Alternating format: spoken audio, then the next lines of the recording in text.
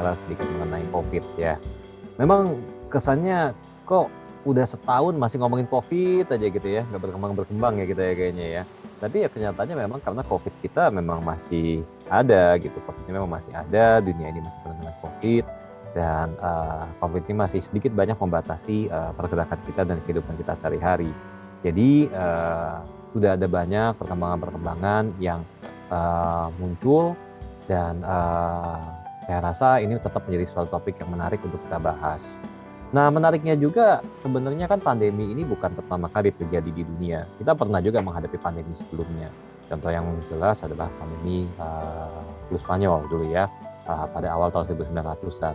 Pada waktu itu pandeminya sendiri berlangsung sekitar 2-3 tahunan baru benar-benar bisa hilang. Nah, mungkin COVID ini kita harapkan bisa lebih cepat karena perkembangan kita, teknologi kita sekarang yang lebih maju. Tapi kita bicara tentang teknologi, selain teknologi ini membantu kita untuk mengatasi virusnya, teknologi ini, terutama teknologi komunikasi, juga tentu saja berperan dalam menyebarkan hal-hal yang berhubungan dengan mitos-mitos seputar dengan COVID.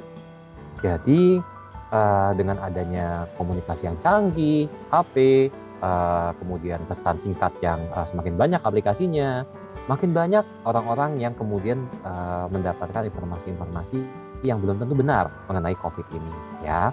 Nah, ini tentu nggak ada pada era tahun 1900-an awal.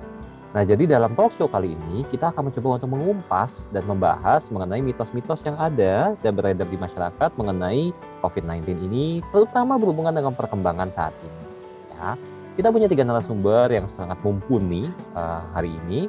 Yang pertama ada Dr. Nata, kemudian ada Dr. Steven, dan ada Dr. Andre. Saya yakin Bapak Ibu sekalian, terutama yang sering ke Siloam, sudah kenal dengan dokter-dokter senior-senior ini ya. Dan saya yakin ekspertis atau keahlian dari dokter-dokter sekalian ini tidak kita ragukan lagi dalam membahas mengenai COVID ini. Mungkin untuk sedikit memulai acara hari ini, saya akan meminta salah satu dokter, mungkin Dokter Nata, untuk memberikan gambaran mengenai kondisi COVID saat ini dibandingkan dengan awal pandemi. Apakah COVID ini sudah mulai teratasi, atau ada titik terang, atau bagaimana kira-kira? Dokter Nata mungkin bisa memberikan gambaran, Dok, mengenai kondisi COVID kita saat ini, Dok. Oke, terima kasih Dokter Bima. Selamat pagi kepada Bapak Ibu sekalian. Selamat pagi di hari yang cerah ini, seperti tadi Dokter Bima bilang. Moga-moga cerah sampai sore-sore lah ya. Jadi saat ini COVID sampai di mana gitu ya Dokter Bima ya? Betul sekali, Dok. Kalau saat ini COVID sampai di mana, tentu kita melihatnya bisa melihat secara lokal, bisa juga melihat secara global gitu ya. Kalau kita melihat secara lokal ya, kita lihat lokal aja dulu di Indonesia lah ya. Di Indonesia itu kalau lihat grafiknya sempat di awal-awal tahun 2020 Maret April itu ya tentu masih sedikit lah ya.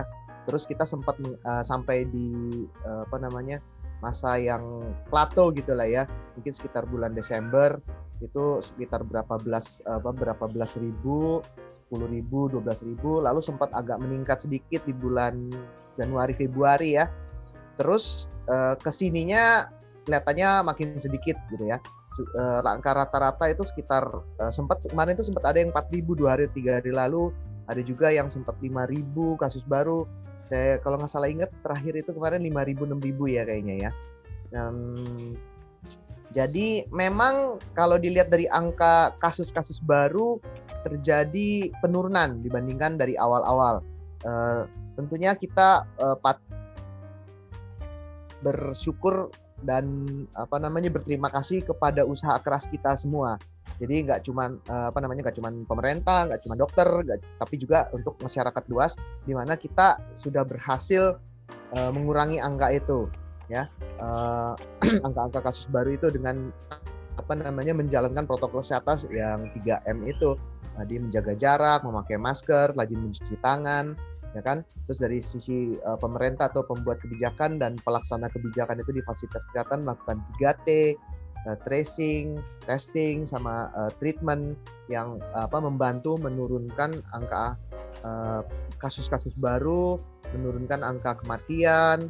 Terus habis itu usaha-usaha pemerintah juga untuk menambah fasilitas kesehatan. Nah, saat ini sih kita memang sudah ada perkembangan Nah, terus kalau Dokter Bima juga menanyakan tentang eh, apa namanya standar pengobatan. Nah, standar pengobatan tentu dengan seiring dengan berlangsungnya waktu, standar pengobatan juga kelihatannya mulai menunjukkan sedikit perubahan gitu ya. Artinya ada obat-obat yang tadinya dipakai lalu dalam penelitiannya tidak terlalu bagus. Ada obat-obat yang mulai dipakai lalu mulai menunjukkan hasil-hasil yang bagus. Jadi kita bisa berkatakan bahwa kita secara umum dari kedokteran, dari pemangku kebijakan sudah mulai belajar dari keadaan pandemi yang luas ini gitu ya.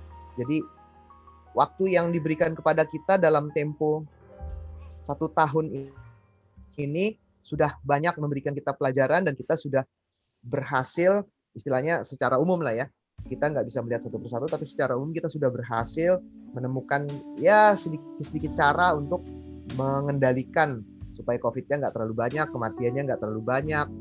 Kira-kira ada yang mau disampaikan, ditambahkan nggak dok dari apa yang sudah disampaikan Dokter Nata tadi dok? Ya, baik, terima kasih Dokter Bima. Jadi kalau misalnya kita menyambung apa yang sudah disampaikan oleh Dokter Nata, memang sebenarnya di satu sisi COVID-19 memberikan banyak tragedi. Tapi kalau bisa di sisi lain kita juga melihat bahwa dunia ini ada banyak perubahan yang terjadi secara signifikan yang di-boost oleh karena adanya pandemi seperti ini. Seperti sekarang ini kita mulai transisi secara dari offline menjadi jadi online, kan terjadi transisi digital. Ada banyak hal-hal ilmu pengetahuan dan juga kemajuan-kemajuan yang bisa kita akses secara lebih cepat dibandingkan zaman sebelumnya. Seperti sebelum ini mulai aja, Dr. Andre tadi mendapatkan update langsung dari seorang ahli, Dr. Anthony Fauci gitu secara langsung. Beliau berada di Amerika, sedangkan Dr. Andre berada di Indonesia, tapi bisa terjadi secara langsung dan kita juga bisa menjangkau secara lebih luas gitu ya. Sekolah juga demikian, walaupun di satu sisi kita kesulitan karena anak-anak butuh offline, tapi di sisi lain sekarang sekolah menjadi lebih mudah untuk diakses untuk berbagai macam orang. Nah, kalau dari sisi saya sendiri, sebagai orang yang bergerak di bidang imunologi, sebenarnya 1 tahun selama masa pandemi ini, bidang imunologi bergerak demikian cepat. Mulai dari metode-metode untuk mengetahui patofisiologi penyakit, kemudian perkembangan untuk mengenali berbagai macam kondisi penyakit juga di-boost dengan adanya pandemi COVID-19 ini. Teknologi-teknologi yang sebelumnya kita nggak tahu atau kita belum pakai secara rutin, seperti vaksin mRNA ya, yang sebenarnya teknologinya sudah sekitar 10 tahun yang lalu dikembangkan, tetapi karena tidak ada insentif untuk membentuk vaksin mRNA yang tentunya membutuhkan biaya besar gitu kan. Nah, tapi di satu sisi karena adanya pandemi COVID-19 ini, vaksin mRNA yang sebelumnya mandek karena tidak ada dana menjadi tiba-tiba menjadi perhatian seluruh orang, seluruh pihak, pemerintah, swasta dan lain sebagainya di seluruh dunia untuk diproduksi. Yang kedepannya sebenarnya harapan kita adalah manfaat-manfaat yang didapatkan dari kita mengalami tragedi pandemi seperti ini, seperti terutama di bidang vaksinologi, bisa trickle down ke bidang-bidang yang lain, ya kan? Seperti teknologi mRNA untuk vaksin ke depannya bisa jadi bisa kita manfaatkan selain untuk kondisi-kondisi penyakit manusia yang lain, penyakit infeksi, tapi bisa juga untuk cancer, bisa juga untuk autoimunitas gitu. Jadi banyak yang bisa kita pelajari, yang bisa kita dapatkan gitu ya. Dan juga ya gitu, akses teknologi yang semakin bagus ya memang istilahnya pedang bersisi dua ya. Di satu sisi semua orang bisa mendapatkan informasi, nah di sisi lain ya kita juga harus lebih rajin sebagai seorang ilmuwan dan juga sebagai dokter untuk bisa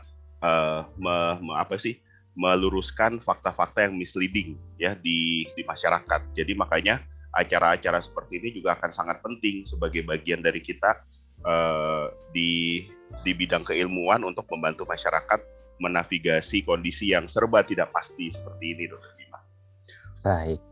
Iya, terima kasih Dr. Steven. Ini menarik sekali ya bahwa COVID-19 ini kan istilahnya kalau saya dikasih tahu orang tua saya yang dari kecil udah ngomong pokoknya cari sisi positif dari segala hal dalam kehidupan gitu ya.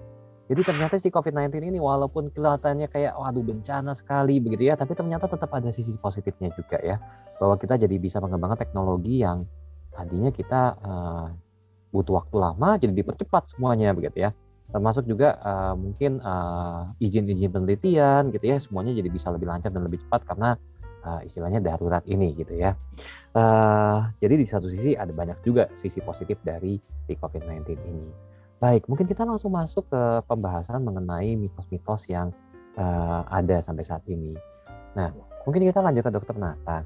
Dok, ini untuk masalah si COVID sendiri, sebelum kita masuk ke terapi lebih lanjut lagi, banyak orang menanyakan sebenarnya COVID ini menularnya itu bisa lewat apa aja sih? Kan dikatakan bahwa COVID itu penyakit yang menyerang paru-paru. Tapi kok katanya ada lagi yang bilang enggak cuma paru-paru. Banyak yang lain bisa kena juga, pencernaan bisa kena. Ya kan, kulit bahkan bisa kena juga. Mungkin nggak dia tuh nularnya nggak cuma lewat udara doang gitu. Atau dia memang lewat udara doang. Misalnya lewat makanan, bisa nggak menular Dokter Nata? Kemudian lewat tukar paket, ngirim paket, bisa nggak ya menular ya seperti itu? Atau lewat hewan mungkin gitu, digigit nyamuk gitu. Kira-kira seperti apa sih dok penularan-penularannya ini? Kan setelah setahun kita harusnya ada titik terang ya untuk dalam hal ini kira-kira dok. Oke, terima kasih Dokter Bima. Jadi sampai saat ini sih penularan COVID, penularan SARS-CoV-2 ya. Jadi virusnya namanya SARS-CoV-2 ya. SARS-CoV-2 itu nularnya hanya lewat saluran nafas ya. Dia tidak menular lewat barang-barang yang lain. Kenapa orang-orang perlu cuci tangan ya kan? Karena cuci tangan itu mempengaruhi kalau habis megang-megang sesuatu barang, habis itu kita pegang-pegang hidung. Nah, kalau kita pegang-pegang hidung dia masuk juga ke saluran nafas. Jadi yang masalah itu kalau kita melakukan pencegahan itu misalnya mencuci tangan sering-sering itu bukan karena dia menular lewat makanan atau dia menular lewat kulit, tapi karena dia menularnya lewat saluran nafas. Jadi kita kalau habis pegang-pegang itu lalu kita pegang-pegang hidung, kita pegang-pegang mata lah, dia masuk ke dalam saluran nafas. Dia nggak menular lewat cara-cara yang lain. Terus dia memang mempunyai namanya itu reseptor dan bagian protein yang bisa menempel di sel manusia. Nah, sel manusia itu kebanyakan memang adanya di saluran nafas yang cocok sama si SARS-CoV-2 ini, ya. Jadi dia nggak suka nempel di kulit, nggak suka nempel di tempat lain, dia sukanya nempelnya di saluran nafas. Makanya kita harus menjaga saluran nafas. Makanya pencegahannya adalah pakai masker, gitu ya. Terus menjaga jarak, karena lagi-lagi masalahnya adalah ketika kita berbicara tanpa masker, si SARS-CoV-2 ini juga berterbangan. Apalagi kalau orangnya batuk atau bersin yang menderita sakit, nah itu si SARS-CoV-2-nya berterbangan. Makanya melindunginya dengan masker, ya. Dan menjaga jarak. Kalau menjaga jarak tentu kalau batuknya di depan muka kita sama batuknya agak jauh tentu beda kecepatan dari penularan si SARS-CoV-2, jauhnya si SARS-CoV-2 bisa bepergian dari orang yang sakit ke orang yang lain itu jadi beda. Makanya itu prinsip utama dari pencegahan itu berkaitan dengan cara penularan itu, ya. Baik. Gitu, Dok. Baik, terima kasih Dokter Nata. Dok, ngomongin masker nih dok, sebenarnya yang dianggap masker yang layak ya untuk mencegah COVID tuh yang kayak gimana sih dok minimal? Ada yang bilang harus masker bedah didobel lah, ada yang bilang harus kalau ada masker bedah harus diplester kanan kirinya atau diikat gitu kan, gitu. Atau bisa juga pakai KN95 nggak cukup dok, harus dimasukin lagi dengan masker bedah lagi gitu ya. Nah kira-kira masker ini seperti apa dok? Dan pertanyaan berikutnya juga, masker ini apakah bisa dipakai ulang ya dok ya? Karena banyak kan yang kemudian kita pakai ulang, sampai 10 kali dipakai ulang gitu ya. Nah kira-kira bagaimana dok pandangan dokter mengenai hal ini dok? Oke, jadi mengenai masker ya. Jadi masker saat ini yang disarankan dipakai oleh masyarakat awam atau oleh orang yang tidak berkontak dengan banyak pasien COVID itu adalah masker bedah, ya. Terus masker bedahnya tidak perlu didobel, jadi cukup satu saja. Kenapa? Karena memang satu saja itu sudah bisa untuk melindungi. Memang angkanya secara itu ada yang simpang siur, dalam artian ada yang bilang kalau masker bedahnya didobel lebih rendah efektivitas untuk mencegah COVID. Ada juga yang bilang lebih tinggi gitu ya. Tapi secara umum masker 1 biji aja sudah bisa untuk mencegah ya. Tapi lagi-lagi bahwa tidak bisa satu orang saja yang pakai masker. Ya. Artinya kalau ada orang yang sakit COVID tidak pakai masker, yang sehatnya pakai masker, itu penularannya tetap ada gitu ya. Tidak rendah, tapi penularannya menjadi menengah atau tinggi. Kalau orang yang sakitnya pakai masker, kalau orang yang tidak sakitnya, orang yang sehatnya tidak pakai masker, penularannya juga masih sedang. Tapi kalau dua-duanya pakai masker, ya penularannya jadi rendah. Jadi tetap saja tidak bisa satu orang doang yang pakai masker harus semuanya, gitu. Karena kita lagi-lagi seperti Dokter Andi sudah bilang tadi di awal, ada orang-orang yang menderita COVID tapi tidak bergejala. Nah, karena dia tidak bergejala berarti dia tidak tahu dia menularkan apa tidak kan? Nah, itu melindungi diri dan melindungi orang lain dengan cara pakai masker, ya. Nah, lagi-lagi jarak juga penting. Kalau pakai masker tapi ngomongnya tempel-tempelan begini, ya tentu beda dengan pakai masker lalu berjarak 1 meter atau 2 meter gitu, tentu jadi beda. Jadi masker itu penting ya. Masker itu cukup masker bedah saja. Kalau mau pakai masker kain masih oke, masker kain ya. Tapi tidak disarankan pakai masker scuba, masker yang aneh-aneh itu, masker yang mahal-mahal itu juga enggak.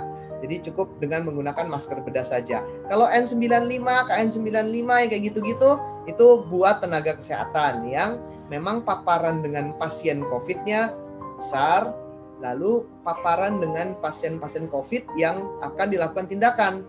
Nah, tindakan itu akan mengeluarkan lebih banyak si SARS-CoV-2. Nah, itu perlu perlindungan yang lebih. Tapi N95, KN95 tidak untuk masyarakat awam. Kalau untuk orang biasa, pergi ke pasar, pergi ke mall, jalan-jalan, itu cukup menggunakan masker bedah satu saja. Nah, terus untuk berapa lama? Ya, berapa lama? Secara umum sih dikatakan ya 4 sampai 6 jam ya gitu ya. Kalau 4 sampai 6 jam sudah kan tentu kita nafasnya lewat masker. Nah, itu maskernya jadi basah. Kalau maskernya jadi basah, tentu dia akan melebar rongga-rongganya ya.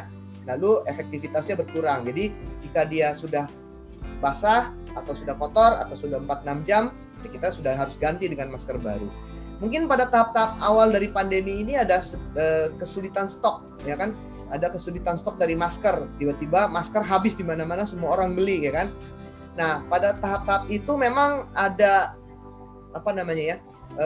kebijakan atau ada semacam pemakaian ulang dari masker. Tapi zaman sekarang kan masker sudah banyak, ya kan? Di Indomaret aja jualan masker